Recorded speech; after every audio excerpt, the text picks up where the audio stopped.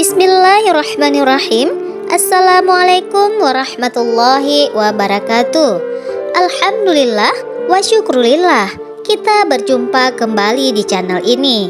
Semoga perjumpaan kita kali ini memberikan banyak manfaat untuk kita semuanya. Salawat dan salam senantiasa kita sanjung sajikan ke pangkuan Nabi besar Muhammad sallallahu alaihi wasallam. Allahumma sholli ala sayyidina Muhammad wa ala ali sayyidina Muhammad. Sahabat beriman yang dirahmati Allah Subhanahu wa taala, semoga kita senantiasa mendapatkan bimbingan Allah menuju jalan yang lurus dalam menjalankan ibadah sholat tahajud, yang merupakan salah satu amalan sunnah yang sangat dianjurkan dalam agama Islam. Terdapat serangkaian aturan dan larangan yang perlu dipahami dengan baik. Melalui kesempatan ini, mari kita telusuri 10 larangan yang harus kita hindari ketika melaksanakan salat sunat tahajud, sebagai bentuk penghormatan dan ketaatan kepada ajaran Islam.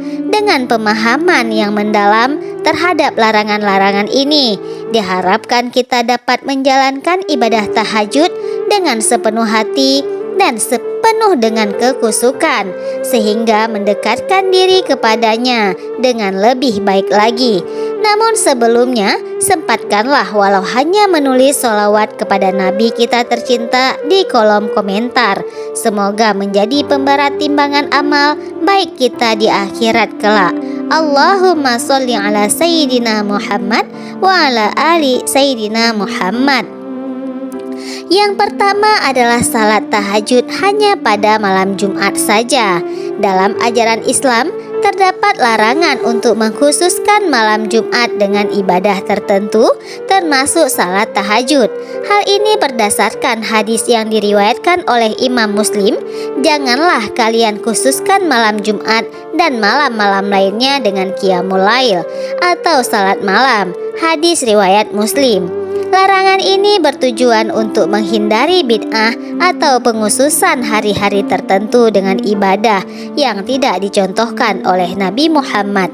Pengkhususan malam Jumat dengan salat tahajud dapat menimbulkan praktik-praktik yang tidak didasarkan pada ajaran Islam yang sahih. Oleh karena itu, ditekankan untuk menjauhi praktik semacam ini agar ibadah tetap murni sesuai dengan tuntunan Nabi besar Muhammad sallallahu alaihi wasallam. Sebagai umat Islam, penting untuk memahami bahwa ibadah kita haruslah sesuai dengan tuntunan yang telah ditetapkan dalam Al-Quran dan hadis. Dengan memahami larangan ini, diharapkan umat Islam dapat menjalankan ibadah tahajud dengan lebih konsisten pada malam-malam lainnya, tanpa mengkhususkan satu malam tertentu secara tidak sah. Kedua, salat tahajud saat mengantuk. Diriwayatkan bahwa Nabi pernah menegur Zainab yang memaksakan diri untuk melaksanakan salat dalam keadaan mengantuk. Suatu ketika Rasulullah SAW masuk ke dalam masjid, lalu mendapati sebuah tali yang dibentangkan di antara dua tiang. Kemudian beliau bertanya, "Apa ini para sahabat?"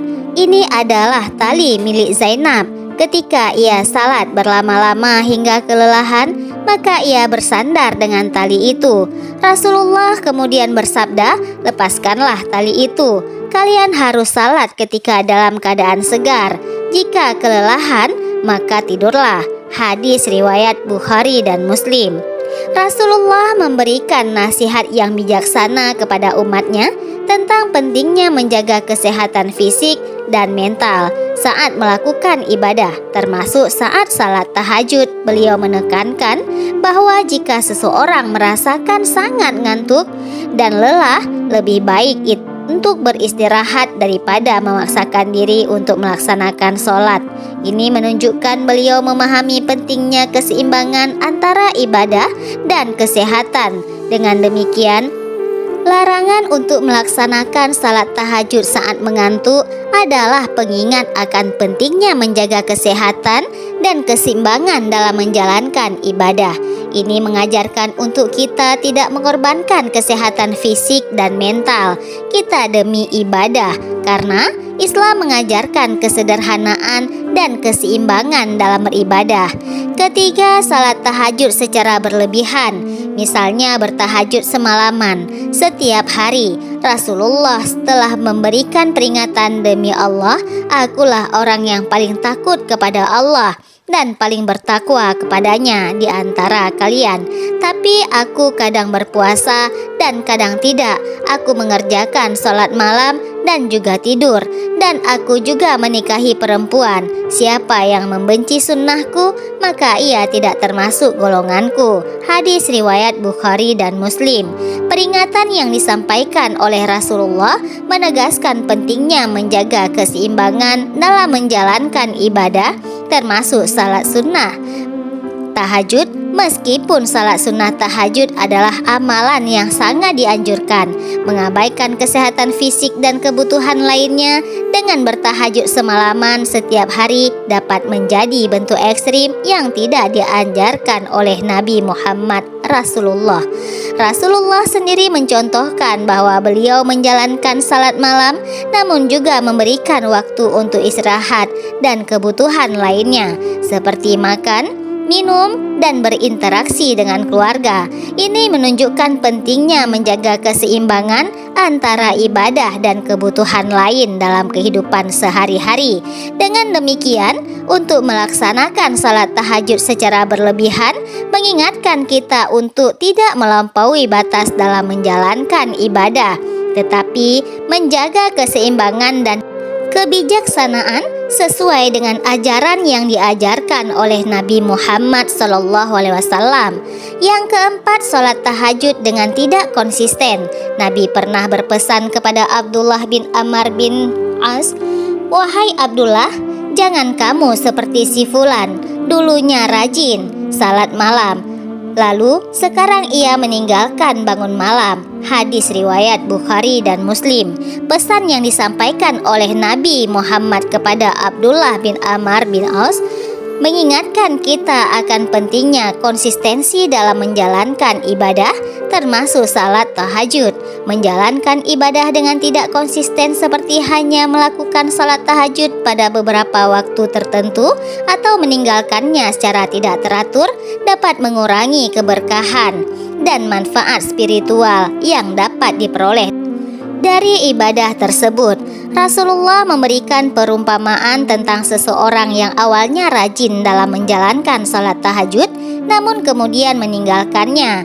Hal ini menjadi pelajaran bagi umat Islam untuk tetap konsisten dalam menjalankan ibadah, karena konsistensi merupakan kunci untuk meraih keberkahan dan keutamaan dalam ibadah. Kelima, meninggalkan salat tahajud setelah pernah melakukannya dengan rajin.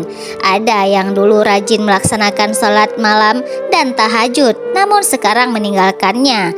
Mereka hanya mengingat salat tahajud ketika dalam kondisi susah atau sedang menghadapi masalah saja. Namun, ketika sedang dalam keadaan lapang, senang atau bahagia, mereka lupa untuk melaksanakan salat tahajud. Yang seperti ini mendapatkan teguran dan kritikan dari Nabi Muhammad SAW. Salat tahajud bukanlah ibadah yang dilakukan hanya ketika susah atau dalam kesulitan, namun harus tetap dilakukan dalam keadaan lapang. Juga pesan ini mengajarkan kepada umat Islam untuk menjalankan salat tahajud dengan konsistensi, tidak hanya saat menghadapi kesulitan atau masalah. Salat tahajud adalah ibadah yang penting untuk dilakukan dalam berbagai kondisi, baik susah maupun senang, karena ibadah ini membawa berkah dan keutamaan yang besar bagi yang melakukannya dengan ikhlas dan konsisten. Yang keenam adalah membaca surah panjang tanpa mempertimbangkan kemampuan diri. Rasulullah SAW mengajarkan untuk tidak memaksakan diri dalam ibadah hingga menyebabkan kelelahan yang berlebihan. Jika seseorang membaca surah yang terlalu panjang dalam tahajud hingga melelahkan diri sendiri, maka hal ini tidak dianjurkan. Rasulullah SAW bersabda, "Ambillah amal-amal yang mampu kalian lakukan, karena Allah tidak akan bosan sehingga kalian bosan." Hadis riwayat Bukhari dan Muslim. Pesan ini mengajarkan kepada umat Islam untuk memahami batas kemampuan diri dalam menjalankan ibadah, termasuk dalam sholat tahajud. Membaca surah yang panjang dalam sholat tahajud memang dianjurkan agar dapat meresapi makna ayat-ayat Al-Quran dengan lebih mendalam. Namun, hal ini juga harus disesuaikan dengan kemampuan dan kondisi fisik masing-masing individu. Memaksakan diri untuk membaca surah yang terlalu panjang hingga menyebabkan kelelahan yang berlebihan dapat mengurangi kualitas ibadah dan kekusukan dalam berdoa. Dengan demikian, larangan untuk membaca surah panjang tanpa mempertimbangkan kemampuan diri mengajarkan kita untuk selalu menjaga keseimbangan antara ibadah dan kesehatan fisik. Sebagai umat Islam, penting untuk memahami bahwa Allah tidak mengharapkan ibadah yang melelahkan diri secara berlebihan, namun lebih mengutamakan ibadah yang dilakukan dengan ikhlas dan konsisten sesuai dengan kemampuan yang dimiliki. Ketujuh adalah salat tahajud dengan tujuan mengejar dunia. Rasulullah SAW telah mengingatkan agar niat dalam ibadah tahajud haruslah murni karena Allah semata. Beliau bersabda, apabila salah seorang di antara kalian bangun malam lalu hendak mengerjakan salat malam, janganlah ia menyebutkan perkara-perkara duniawi dalam sholatnya, dan janganlah ia berdoa kecuali untuk meminta kebaikan saja atau memohon perlindungan dari kejahatan. Hadis riwayat Abu Daud. Niat yang tercampur dengan motif dunia dapat mengurangi keikhlasan dalam beribadah. Melaksanakan ibadah dengan niat untuk mendapatkan keuntungan duniawi sangat dilarang dalam Islam. Rasulullah SAW bersabda, sesungguhnya setiap amal itu tergantung pada niat, dan sesungguhnya setiap orang akan mendapatkan sesuai dengan apa yang dia niatkan. Hadis riwayat Bukhari dan Muslim. Oleh karena itu, niat dalam melaksanakan salat tahajud haruslah murni karena Allah semata, bukan untuk tujuan duniawi. Ketika seseorang menjalankan ibadah dengan niat yang tulus dan ikhlas, maka ibadah tersebut akan menjadi lebih bermakna dan mendatangkan keberkahan dari Allah Subhanahu wa Ta'ala. Mengejar dunia dalam ibadah tahajud dapat mengarahkan hati dan pikiran seseorang kepada hal-hal duniawi yang sementara. Tujuan utama ibadah adalah mendekatkan diri kepada Allah Subhanahu wa Ta'ala dengan sepenuh hati. Yang kedelapan adalah salat tahajud dengan meninggalkan kewajiban lainnya. Islam mengajarkan keseimbangan dalam menjalankan ibadah dan tanggung jawab keluarga, serta kewajiban bekerja, seperti misalnya ketika sedang kerja shift malam. Jika seseorang terlalu sibuk dengan ibadah malam sehingga mengabaikan tanggung jawab kepada keluarga, maka hal ini tidak dibenarkan. Rasulullah pernah bersabda, sebaik-baik kalian adalah yang paling baik kepada keluarganya, dan aku adalah yang paling baik kepada keluargaku. Hadis riwayat Tirmizi.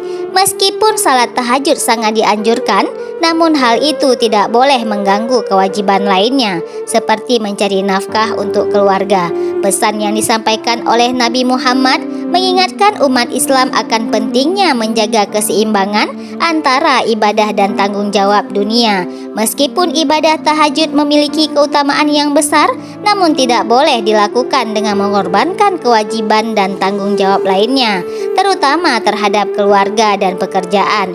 Demikian, tahajud dengan meninggalkan kewajiban lainnya tidak sesuai dengan ajaran Islam yang mengajarkan pentingnya keseimbangan dalam menjalankan kehidupan.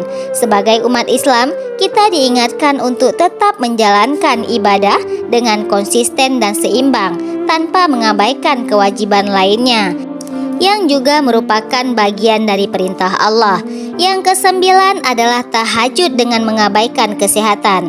Melaksanakan salat tahajud secara berlebihan hingga mengabaikan kesehatan diri juga tidak dianjurkan oleh Rasulullah. Rasulullah bersabda, sesungguhnya badanmu punya hak atasmu, matamu punya hak atasmu, dan istrimu punya hak atasmu. Hadis riwayat Bukhari. Islam menganjurkan keseimbangan dalam beribadah dan menjaga kesehatan tubuh agar tetap bisa melaksanakan ibadah lainnya dengan baik. Pesan yang disampaikan oleh Nabi Muhammad SAW menegaskan bahwa sebagai umat Islam, kita memiliki kewajiban untuk menjaga kesehatan tubuh. Kesehatan adalah salah satu nikmat yang Allah beri dan yang harus dijaga dan dipelihara dengan baik. Melaksanakan ibadah termasuk salat tahajud seharusnya tidak dilakukan hingga mengorbankan kesehatan diri.